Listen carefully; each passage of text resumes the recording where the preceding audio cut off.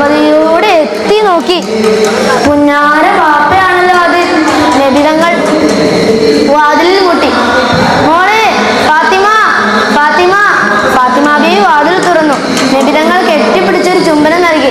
എന്നിട്ട് ചോദിച്ചു, മോളെ എന്തൊക്കെയുണ്ട് വിശേഷം? അപ്പോൾ ഫാത്തിമ ബീവി പറഞ്ഞു, ബാപ്പ വല്ലതും കഴിച്ചിട്ട് 2 ദിവസമായി. നബിതങ്ങൾ ആ സമയം തന്റെ വയറ്റത്ത് കെട്ടിവെച്ച കല്ലുകൾ കാണിച്ചു കൊടുത്തു.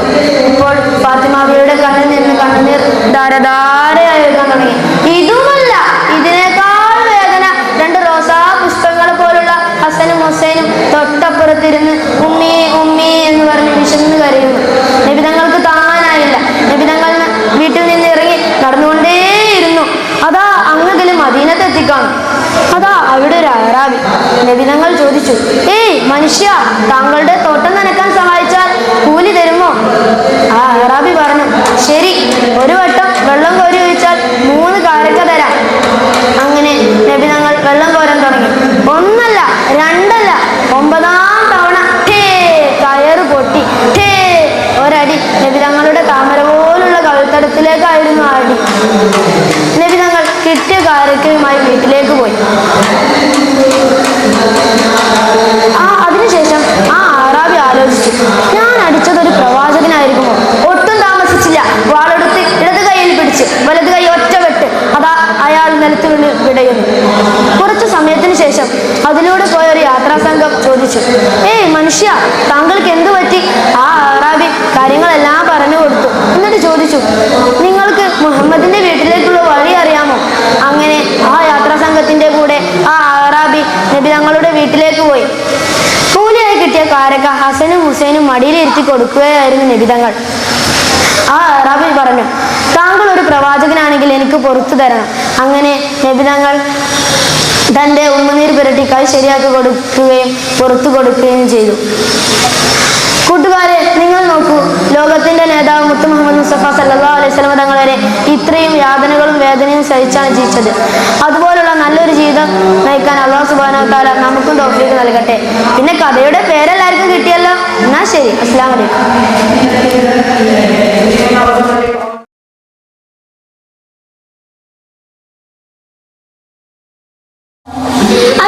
അലൈക്കും. ബഹുമാനപ്പെട്ട ഉസ്താദുമാരെ, പ്രിയപ്പെട്ട കൂട്ടുകാരെ, ഞാൻ നിങ്ങൾക്ക് മുന്നിൽ ഒരു കൊച്ചു കഥ അവതരിപ്പിക്കട്ടെ. അല്ല മുസക്കുട്ടിയെ, കഥ എന്ന് കേട്ടപ്പോ എന്താ ഒരു ഊറ്റം? അപ്പൊ ഞാൻ ലൗസുരെ പറഞ്ഞ ഇവിടെ കിടന്ന് പെടയോലോ. എന്തായാലും ഇത് മയമാക്കാണ്ടേ 2 ചൂട് കട്ടും പറയട്ടെ. എനിക്ക് നമ്മളെ കഥ എടുക്കണേ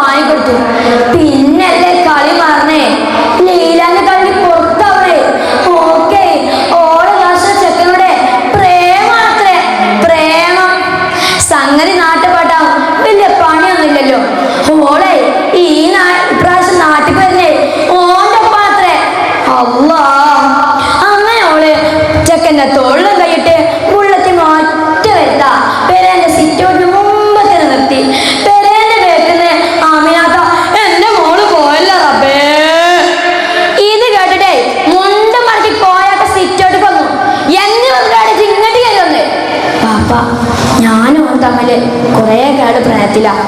ഞങ്ങൾ ഒരുമിച്ചിരിക്കാൻ ശ്രമിക്കണം. ആറാം പറഞ്ഞോളെ എവിടെങ്ങും പോയി ജീവിച്ചോ, എവിടെങ്ങും മരിച്ചോ, ഇങ്ങോട്ട് കയറുന്ന കാൽ ഞാൻ വെട്ടും. ഇത് കൂടി കേട്ടപ്പോ ഓളോളെ വൈക്കോയി.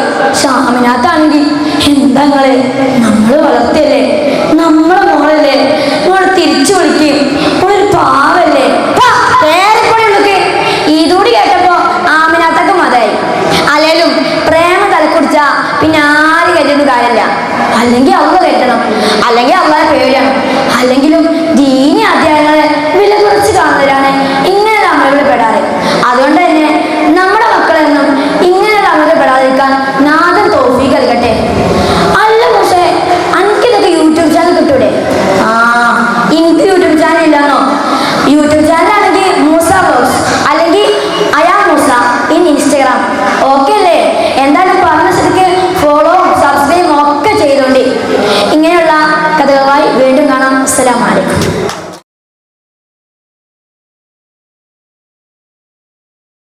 എല്ലാവരും ശ്രദ്ധിച്ചു കേൾക്കുമല്ലോ. വിസ്മയിച്ച മാതൃപുത്രൻ, അതാണ് എൻ്റെ കഥയുടെ പേര്. ഒരിക്കൽ മൂസാ നബി അലൈഹിസ്സലാം അള്ളാഹുവുമായിട്ട് സംസാരിക്കുകയായിരുന്നു. മൂസാ നബി അലൈഹിസ്സലാം അള്ളാഹുവിനോട് ചോദിച്ചു, ഓ നാഥ, എൻ്റെ സ്വർഗത്തിലെ കൂട്ടുകാരൻ ആരായിരിക്കും? അള്ളാഹു തആല പറഞ്ഞു, ഓ മൂസ, നിങ്ങളുടെ സ്വർഗത്തിലെ കൂട്ടുകാരൻ ഒരു ഗ്രാമവാസിയായ ഇറച്ചുവെട്ടുകാരനാണ്. അങ്ങനെ മൂസാ നബി അലൈഹിസ്സലാം പ്രസ്തുത ഗ്രാമത്തിലേക്ക് യാത്രയായി. ധാരാളം മലകളും തോടുകളും താണ്ടി താണ്ടി മൂസാ നബി അലൈഹിസ്സലാം പ്രസ്തുത ഗ്രാമത്തിലെത്തി. അവിടെ എത്തി അന്വേഷിച്ചപ്പോൾ മൂസാ നബി അലൈഹിസ്സലാം അന്വേഷിച്ചു വരാൻ മാത്രം സ്വാലിഹായ ഒരു ഇറച്ചുവെട്ടുകാരൻ അവിടെ ഇല്ല എന്നായിരുന്നു മൂസാ നബി അലൈഹിസ്സലാമിന് ലഭിച്ച മറുപടി.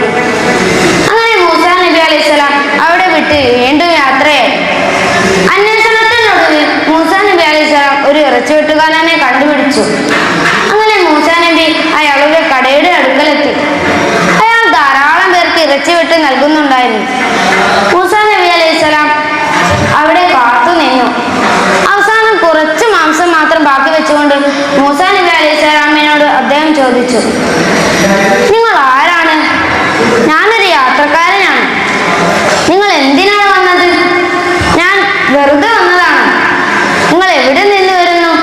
ഞാൻ മിസ്റിൽ നിന്ന് വരുന്നു. അങ്ങനെ മൂസാ നബി പോകാൻ ഭാവിച്ചപ്പോൾ ആ വിളിച്ചുവിട്ടുകാരൻ പറഞ്ഞു, അങ്ങ് പോകരുതേ, അങ്ങ് ഇന്ന് എൻ്റെ അതിഥിയാണ്. അങ്ങനെ അവർ രണ്ടുപേരും യാത്രയായി. നടന്ന് നടന്ന് അവർ ഒരു കുടിലിന്റെ അടിച്ചുപൂട്ടിയ കുടിലിന്റെ മുമ്പിലെത്തി. അങ്ങനെ ആ ഇറച്ചുവിട്ടുകാരൻ ആ കുടിലിന്റെ വാതിൽ തള്ളി തുറന്നു. മൂസാ നബി അലൈഹിസ്സലാമിനെ ആനയിച്ചിട്ട് ആ ബാക്കിയുണ്ടായിരുന്ന കുറച്ച് മാംസം എടുത്ത് അവർ അടുക്കളയിലേക്ക് പോയി. എന്നിട്ട് അവിടെ നിന്ന് ആ മാംസം കഴുകി അടുപ്പിലാക്കി. താൻ പാകം ചെയ്ത മാംസം എടുത്ത് മൂസാ നബി അലൈഹിസ്സലാമിന്റെ മുമ്പിൽ വെച്ചുകൊണ്ട് ആ മാംസം തിന്നാൻ അയാൾ മൂസാ നബി അലൈഹിസ്സലാമിനോട് ആവശ്യപ്പെട്ടു. അപ്പോൾ മൂസാ നബി അലൈഹിസ്സലാം ചോദിച്ചു, താങ്കളല്ലാതെ ഈ വീട്ടിൽ മറ്റാരുമില്ലേ? ഉണ്ട് എന്ന് മറുപടിയുമായി അയാൾ വീണ്ടും തിരിഞ്ഞ് അടുക്കളയിലേക്ക് പോയി. കുറച്ചു കഴിഞ്ഞ് അയാൾ തിരിച്ചു വരുമ്പോൾ അയാളുടെ കയ്യിൽ ഒരു വൃദ്ധയായ സ്ത്രീ താങ്ങി പിടിച്ചു വരുന്നുണ്ടായിരുന്നു. അങ്ങനെ ആ വൃദ്ധയായ സ്ത്രീയെ ഒരു ചാരുകസേരയിൽ ഇരുത്തി അയാൾ ആ സ്ത്രീക്ക് ഒരു ഉമ്മ തന്റെ പിഞ്ചു പന്തലിന് എങ്ങനെയാണോ ഭക്ഷണം കൊടുക്കുക അതേപോലെ ഭക്ഷണം കൊടുത്തു. അങ്ങനെ ഒരു ഇറച്ചി കഷ്ണം മാംസം മയപ്പെടുത്തി ആ ഉമ്മയുടെ വായിലേക്ക് വെച്ചു കൊടുത്തു. പിന്നെ കുറച്ച് വെള്ളവും ഒഴിച്ചു കൊടുത്തു. പിന്നെ ആ ഉമ്മയെ കുളിപ്പിച്ച് പുതിയ വസ്ത്രം അണിയിപ്പിച്ച് ആ ഉമ്മയുടെ എല്ലാ വിസർജന വസ്തുക്കളും മാറ്റി വിശുദ്ധി വരുത്തി. അങ്ങനെ ആ ഇറച്ചി വെട്ടുകാരൻ വീട്ടിന്റെ വെളിയിലേക്ക് പോയി. അപ്പോൾ മൂസാ നബി അലൈഹിസ്സലാം ആ മാതാവിന്റെ ആദരങ്ങൾ ചലിക്കുന്നതായി ശ്രദ്ധിച്ചു. ആ മാതാവ് എന്താണ് പറയുന്നത് എന്ന് കേൾക്കാൻ മൂസാ നബി അലൈഹിസ്സലാം ശ്രദ്ധിച്ചിരുന്നു. ആ മാതാവ് എന്താ പറയുന്നതെന്ന് നിങ്ങൾക്കറിയാമോ കൂട്ടുകാരെ? ഓ നാഥ, എന്റെ മകനെ മൂസാ നബി അലൈഹിസ്സലാമിന്റെ കൂടെ നീ സ്വർഗത്തിലാക്കണേ. ഈ കഥയിൽ നിന്ന് നമുക്കുള്ള ഗുണപാഠം എന്താണെന്ന് നിങ്ങൾക്കറിയാമോ കൂട്ടുകാരെ? നമ്മൾ മാതാപിതാക്കൾക്ക് വേണ്ടി ധാരാളം ഖിദ്മത്ത് എടുക്കുക. അവരുടെ ദുആക്ക് തീർച്ചയായും അല്ലാഹു ഉത്തരം നൽകാതിരിക്കില്ല. ഇത്രയും പറഞ്ഞുകൊണ്ട് ഞാൻ എൻ്റെ സമർപ്പിക്കുന്നു. അൽഹംദുലില്ലാഹി റബ്ബിൽ ആലമീൻ. അസ്സലാമു അലൈക്കും വറഹ്മത്തുള്ളാഹി വബറകാതുഹു.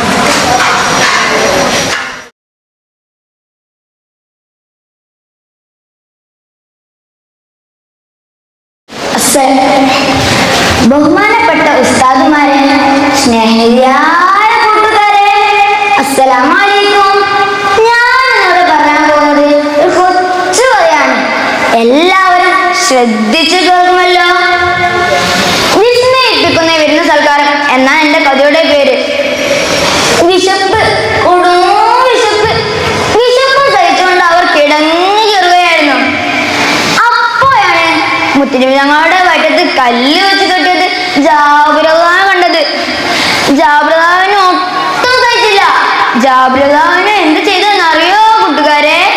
ജാബിറുള്ളാഹ് വേഗം പോയി ഒരാടുമുട്ടയും കുറച്ച് ഗോതമാവും സംഘടിപ്പിച്ച് തന്റെ വീട്ടിലേക്ക് മടങ്ങി. വീട്ടിലെത്തി ഭാര്യ സുഹൈലാബിയെ വിളിച്ചു.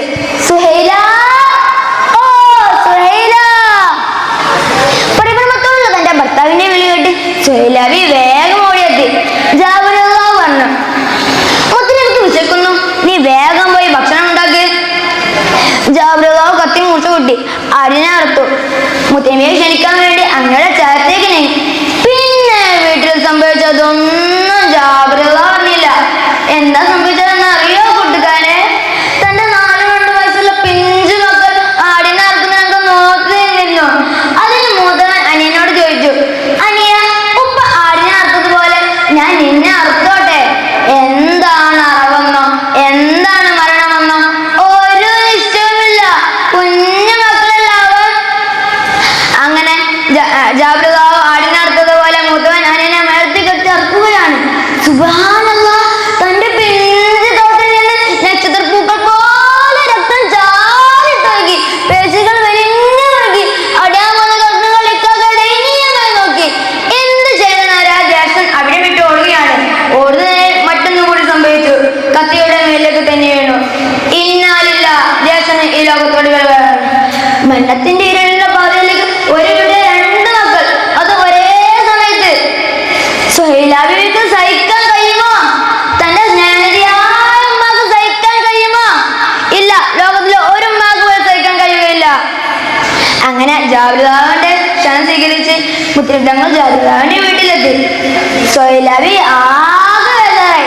കടൽ പോലെ പ്രസിദ്ധമായിരുന്ന സുഹൈലാബിയുടെ മനസ്സ് ഒരു ഭാഗത്ത് പ്രവാചകനോടുള്ള ഇഷ്ടം ഓളം കൊട്ടുന്നു. അത് തീരങ്ങൾ ചുംബിക്കുന്ന തിരമാലകളെ പോലെ സുഹൈലാബിയുടെ മനസ്സ് വാരി പുണർന്നപ്പോൾ ഓരോ തരത്തിലൊക്കെ ക്ഷണം കിട്ടി.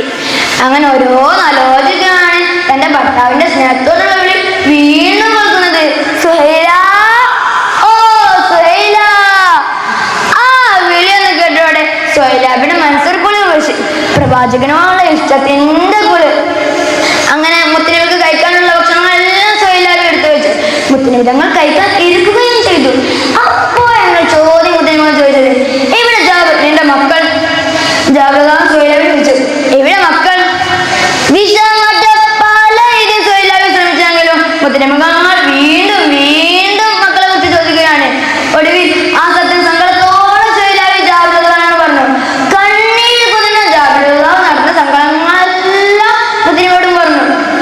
അപ്പോഴാണ് മുത്തുനബി പറഞ്ഞത്, ഞാൻ തന്നെ അവരെ വിളിക്കാം. ഇബ്ന ജാബിർ, ജാബിറിന്റെ 2 മക്കളെ വരൂ. അത്ഭുതം, അത്യത്ഭുതം. ചോരയിൽ കുതിഞ്ഞുകൂടിയ 2 മക്കൾ ഇത് അനുസരണമുള്ള മക്കളെ പോലെ വരണ്ടു. അവിടെ കണ്ണുകൾക്ക് വിശ്വസിക്കാനേ ആവുന്നില്ല.